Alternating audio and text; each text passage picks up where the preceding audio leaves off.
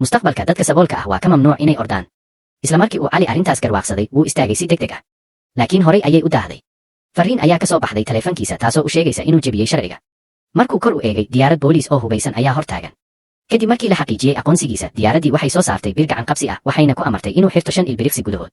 Cali wuxuu ka fikiray inuu khiyaaneeyo mashiinka, laakiin nidaamku wuxuu awood u lahaa inuu falanqeeyo wejigiisa iyo codkiisa, wuxuuna isla markiiba ogaaday inuu been sheegayo. Markii uu sii waday marmarsiinyada, diyaaraddii waxay soo saartay qalab shoog siin kara, iyadoo diyaar u ah inay xoog ku qabato. Dad ayaa isu soo baxay, Calina wuxuu u muuqday qof dhib wada. Ugu dambayn wuxuu ku qasbanaaday inuu isagu xirto gacan qabsiga isagoo aan ogeyn waxa xiga. Markii la geeyey xabsiga, waxa ugu horreeyay ee uu arkay waxay ahayd saxan madan. Qof kasta oo nidaamka yaqaan wuu ogaa, waa inuu dhiibaa dhammaan alaabtiisa. Cali wuu xanaaqay, balse wuu raacay nidaamka. Isla markiiba waa laga qaaday. Kadib dhar xabsi ayaa loo keenay. Wuxuu raacay amarada codka, wuxuuna helay qolkiisa. Markuu galay, aqoonsigiisa ayaa si toos ah loo xaqiijiyey, gacan qabsiguna wuu furmay. Haddii uu bixiyo $75, wuxuu heli karaa qol gaar ah, balse taas waxba kama tarayn. Waxa uu u baahnaa qareen, laakiin kan ugu jaban wuxuu ahaa $10,000. Waxaa jiray hal doorasho kale, haddii uu qirto dembiga, xukunka waa la dhimayaa. Haddii kale 7 maalmood kadib wuxuu wajahayaa xabsi dheer oo u dhexeeya 45 ilaa 47 sano. Cali aad buu u cabsaday. Nidaamkuna wuxuu ku celcelinayay su'aal isku mid ah, dembi ma qiratay mise maya? Haddii 3 bilood gudahood uusan qiran, nidaamku si toos ah ayuu ugu diiwaangelinayaa inuu dembiile yahay. Wuxuu haystay hal fursad oo uu qareen ku helo. Wuxuu isku dayay inuu hooyadii waco si uu lacag uga amaahdo, balse xitaa wicitaanku wuxuu u baahnaa saf.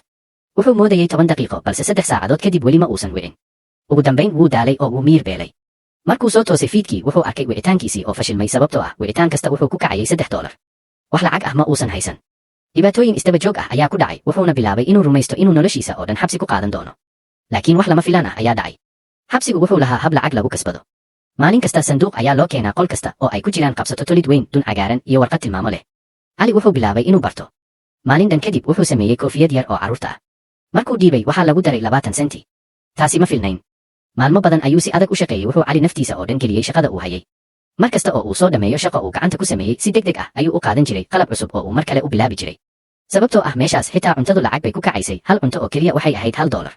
Sidaas darteed, waxa uu kasbanayay si dib yar ayuu nolol ugu filnaan waayey. Nasiib wanaag, markii uu sii tababaranayay, Cali wuu sii xirfad yeeshay oo wuu sii degdegay.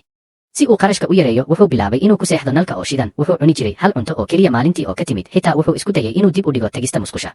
Sababtoo ah mar kasta oo musqusha la aado, waxay ku kacaysay 30 senti. Intii Cali uu habeen iyo maalin shaqaynayay, lacagtiisa koontada ku jirta si tartiib ah ayay u kordhaysay. Markii uu soo gudbiyey shaqadiisii ugu dambaysay, wuxuu ugu dambayn urursaday $5. Lacagtaas wuxuu ku heli karay inuu hooyadii waco oo uu ka codsado inay amaahiso lacag qareen. Laakiin markii wejiga hooyadii ka soo muuqday shaashada, ka hor inta uusan Cali xitaa hadal bilaabin, miiska lacag bixinta ayaa durba bilaabay inuu socdo. Hooyadii oo aragtay wiilkeeda oo xabsi ku jira, way naxday oo qalbi jabi gaadhay. Waxaan u baahanahay lacag jeeg qoraal ah $10,000. $10,000. Laakiin ka hor inta uusan Cali sharxin, wicitaankii muuqaalka ahaa waa la jaray sababtoo ah lacag ku filan ma jirin. Wakhtigaas gebi ahaanba wuu burburay, isagoo qaylinaya oo shaashada madow ku garaacaya. Maalintii xigtay, Cali wuxuu ka tanaasulay rajadiisii oo dhan. Wuxuu joojiyey isku daygii, wuxuuna maalinta oo dhan ku lumiyey wakhti aan waxtar lahayn. Inta uu ku mashquulsanaa inuu helo lacag uu cunto kale ku iibsado, nidaamku wuxuu ku wargeliyey in $10,000 lagu soo diray koontadiisa. Laakiin nasiib darro, Cali xitaa kor uma eegin. Waxa keliya ee markaas muhiim u ahaa waxay ahayd inuu cunto helo. Muddo yar kadib, muddadii 3 bilood ahayd ayaa dhammaatay, nidaamkuna mar kale ayuu weydiiyey si qabow. Ma qiranaysaa dembiga mise maya? Cali wuxuu hadda hor taagnaa 2 waddo, inuu qirto oo uu aqbalo xukun u dhexeeya 45 ilaa 47 sano, ama inuu hadda qareen kiraysto oo uu dagaalamo. Isagoo quus ku jira, wuxuu arkay fariin aan la akhriyin. Markuu furay, wuxuu ogaaday in ay tahay lacag $10,000 ah oo ay hooyadii soo dirtay. Hooyadii weligeed kama quusan. Cali si degdeg ah ayuu u codsaday qareen, isagoo rajaynaya in qof ugu dambayn uu difaaco.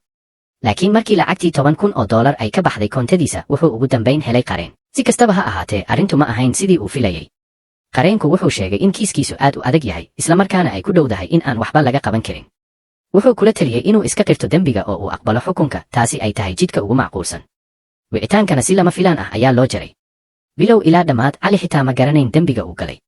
Waxa keliya ee uu sameeyey maalintaas waxay ahayd inuu ordayay sababtoo ah wuu degdegayay, kadibna diyaarad booliis ah ayaa u aqoonsatay tuhun. Hadda lacagtiisii way dhammaatay, qareenkiina xitaa fursad ma siin inuu hadlo.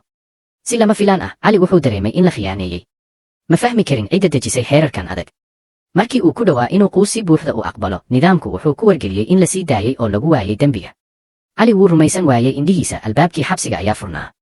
Xorriyadda uu helay waxay ku dhowaatay inay ka dhigto inuu iloobo dhammaan dhibkii uu soo maray. Hantidiisii waa loo soo celiyey, wax walbana waxay u ekaadeen sidii aan weligood dhicin. Laakiin waxa keliya ee Cali uu rabay waxay ahayd inuu si degdeg ah uga fogaado meeshaas. tani waa filim gaaban oo aad loogu muransan yahay oo loo sharaxay inuu u tartamay xabsiga. sheekadani wuxuu astaan u yahay nidaamka dadka xeerarka sameeya, annaguna waxaan nahay kuwa hoose ee ku xayiran xeerarkan adag hoostooda. si kasta oo aad u shaqayso waxaad si dhib yar u heli kartaa nolol. filimku wuxuu si xooggan u muujinayaa qalbi jabka iyo caajiska qofka yar ee nidaamka hoos ku jira. laakiin waxa ugu xanuunka badan ma aha dhibka laftiisa, waa dareenka awood la'aanta iyo tabar darrada marka lagu qasbo ciyaar aanad weligaa ogolaan.